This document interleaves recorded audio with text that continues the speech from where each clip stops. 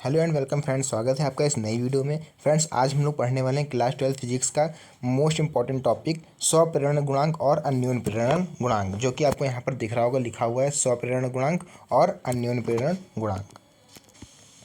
ठीक है, तो ये हमारा टॉपिक जो होने वाला है ये बहुत ही ज़्यादा इंपॉर्टेंट होने वाला है, क्योंकि बोर्ड एग्जाम में देखिए कुछ भी पूछ सकता है, आपसे स्वप्रेरण की डिफिनेशन पूछ सकता है या फिर स्वप्रेरण गुणांक पूछ सकता है। ठीक है, तो इसमें हर एक चीज़ की दो चीज़ होती है, स्वप्रेरण और स्वप्रेरण गुणांक। ऐसे ही होता है अन्योन्य प्रेरण और अन्योन्य प्रेरण गुणांक। तो सबका अपना अलग अलग फॉर्मूला होता है, अलग अलग डिफिनेशन होती है। हम लोग देख लेते हैं क्या होता है। तो जल्दी से वीडियो को हम स्टार्ट करते हैं। देखिए, पहले हमारा क्या है, यहाँ पर लिखा हुआ है स्वप्रेरण। तो भैया स्वप्रेरण जैसा कि नाम ही से पता चल रहा है, स्वप्रेरण मतलब खुद से प्रेरित। ठीक है, तो देख लेते हैं इसकी डिफिनेशन क्या होगी जरा।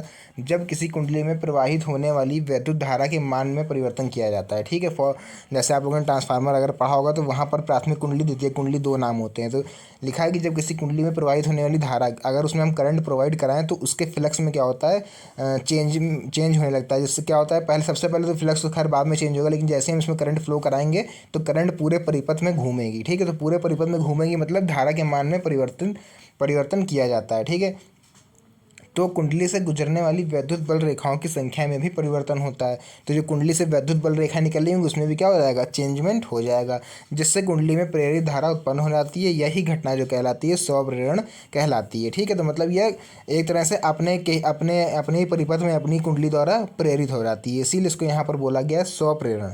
क्लियर हुआ इसकी डिफिनेशन। ठीक है, अब बढ़ते हैं नेक्स्ट। देखिए, इसको एक तरह से, इसको एक मिनट रुक जाते हैं जरा, इसको देखिए। इसका अगर हम लोग को डायग्राम मान लीजिए पेपर में पूछ लिया रहता है ना, हो सकता है कभी कभी कह रहता है सचित्र समझाइए, तो इसका डायग्राम बच्चों आप ऐसे बना दीजिएगा। देखिए, ये एक हमारा परिपथ है, ये हमने इसके अंदर कुंडली बना दी। ठीक है, कुंडली बना दी, और जो करंट होगी हमारी वो इस तरह से इसमें ऐसे आप ये वाला डायग्राम बना दीजिएगा। ये जो होता है ये स्वप्रेरण का, ये हो गई वैद्युत बल रेखाएं, ये जो हमने बनाई है भी। ठीक है, ये क्या हो गई, वैद्युत बल रेखाएं। और यहाँ से हम लोग क्या देखिए, यहाँ से प्रोवाइड करा रहे हैं, यहाँ प्लस यहाँ माइनस। तो यहाँ से जैसे हम करंट देंगे तो करंट इनके अंदर से फ्लो होता हुआ जाएगा। तो देखिए, वैद्युत बल रेखाओं को क्या कर रहा है, काट रहा है। तो यही हो रहा है हमारा यहाँ पर स्वप्रेरण। क्लियर हुआ। अब बढ़ते हैं अपनी नेक्स्ट डिफिनेशन स्वप्रेरण गुणांक पर। तो देखिए, नेक्स्ट यहाँ पर हमारे पास है स्वप्रेरण गुणांक। तो हम लोग देख लेते हैं भैया स्वप्रेरण गुणांक क्या होता है। जब किसी कुंडली में धारा प्रवाहित की जाती है तो उसके चारों ओर चुंबकीय क्षेत्र उत्पन्न हो जाता है। ठीक है, तो ये तो हम लोग को पता है कि भैया तांबे की अगर हम कुंडली बनाएंगे तो उसके अंदर क्या होता है, जब जैसे हम करंट प्रोवाइड कराते हैं तो उसमें जो है मैग्नेटिक फील्ड भी जनरेट हो जाती है। ठीक है, इस स्थिति में कुंडली से संबंध चुंबकीय फ्लक्स कुंडली में प्रवाहित धारा के समानुपाती हो जाता है। ठीक है, जैसे यहाँ पर आप लोगों ने एक ट्रांसफार्मर में इस तरह से आप लोगों ने पढ़ा होगा, इधर एक कुंडली बनी होती है ऐसे। ठीक है, एक कुंडली होती है, इधर आप लोगों ने देखा होगा इस तरह से। ठीक है, तो यहाँ पर देखिए स्वप्रेरण गुणांक की यहाँ पर बात कर रहा है।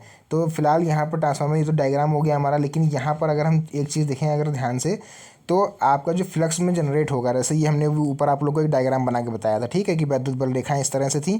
तो देखिए, जब हमने करंट इसमें से प्रोवाइड कराई तो ये बल रेखाएं ऐसे घूमी, इन्होंने क्या करा, वैद्युत बल रेखाओं को काटना शुरू कर दिया। ठीक है, करंट ने। तो इसी से क्या हो रहा है, इसके फ्लक्स में जो हो रहा है वो चेंज हो रहा है। तो हम लोग ये चीज़ कह सकते हैं कि जो हमारा फ्लक्स होता है वो करंट के समानुपाती होता है। तो वही चीज़ देखिए यहाँ पर लिखा गई, फाई इक्वल टू आई, मतलब वैद्युत फ्लक्स जो हमारा है समानुपाती है करंट के। अगर हम करंट बढ़ाते जाएंगे तो हमारा जो फ्लक्स में जनरेशन है वो ज़्यादा होता जाएगा। तो इसका जो मेन फॉर्मूला आप लिख देंगे phi equal to L I. ये एल कहाँ से आया, तो भैया ये जो आपको बीच में समानुपाती साइन दिख रहा है, जब भी ये हटता है तो हमेशा एक कांस्टेंट लगता है। आप लोगों ने पढ़ा होगा कूलॉम के नियम में, वहाँ पर भी देखिए जब हम लोग अनुक्रमानुपाती का साइन हटाते हैं तो 1/4πε0 वो लगाते हैं एक तरह से बीच में जो होता है इसका मान। ठीक है, बढ़ते हैं अपने नेक्स्ट क्वेश्चन पर। उसके बाद नेक्स्ट देखिए हमारे पास यहाँ पर क्या है, अन्योन्य प्रेरण। तो स्वप्रेरण और स्वप्रेरण गुणांक हम लोगों ने पढ़ लिया।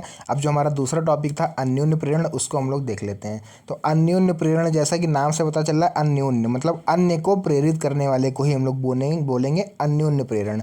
तो अन्य मतलब यहाँ पर कोई इंसान नहीं होगा, यहाँ पर दूसरी कुंडली होगी, मतलब पहली कुंडली दूसरी कुंडली को क्या कर रही है, प्रेरित कर रही है। आपको नीचे डायग्राम यहाँ पर ये दिख रहा होगा।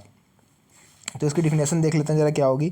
जब किसी कुंडली में प्रवाहित होने वाली धारा के मान में परिवर्तन करने से पास स्थित दूसरी कुंडली में संबद्ध चुंबकीय फ्लक्स में परिवर्तन होता है।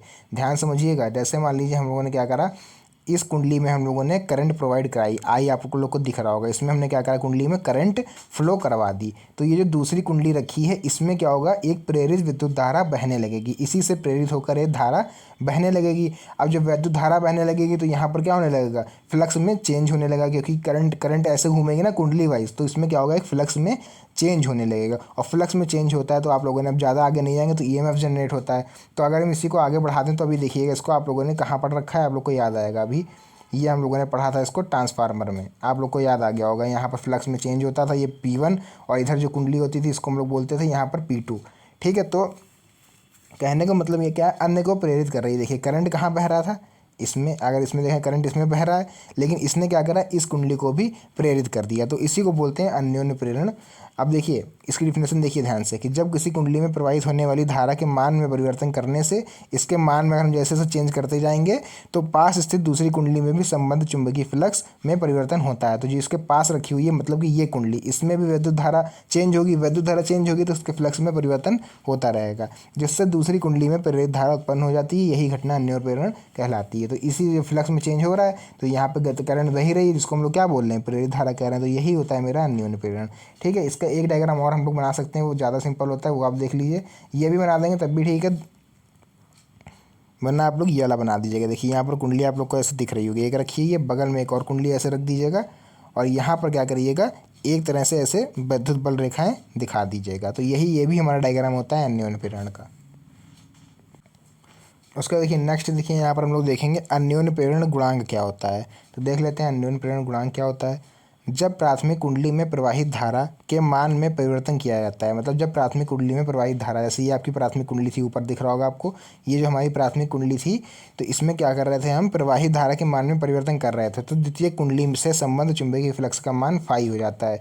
तो यहाँ पर देखा था तो केवल ये लिखा है इन्होंने कि फाई को हम लोग वैद्युत फ्लक्स को यहाँ पे फाई से डिनोट कर रहे हैं, जैसे कि अभी हम लोग ऊपर पढ़ के आए स्व प्रेरण गुणांक में। तो यहाँ पर भी वही होगा कि हम लोग फाई हमारे डायरेक्टली प्रोपोर्शनल या फिर समानुपाती हो जाएगा आई के। वहाँ पे हम लोगों ने इस समानुपाती का ये वाला साइन इसको हटाया था, तो ये कांस्टेंट लगाया था हम लोगों ने एल, और यहाँ पर हम लोग कांस्टेंट लगा देंगे इसको हटा के एम।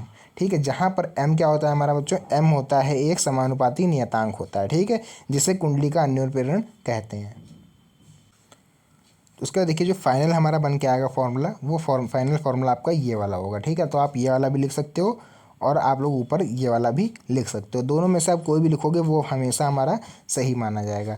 तो देखिए फिलहाल इस वीडियो में हमने केवल 4 टॉपिक आप लोग को पढ़ा है, स्व प्रेरण गुणांक, अन्योन्य प्रेरण और अन्योन्य प्रेरण गुणांक। लेकिन अभी इतना ही नहीं, अभी और भी इंपॉर्टेंट टॉपिक्स आप लोग के लिए लेके आने वाले हैं, क्योंकि अब फिजिक्स का पेपर ज़्यादा दूर नहीं है। आपका एग्ज़ाम होने वाला है 4 मार्च को, फिजिक्स का एग्ज़ाम होगा।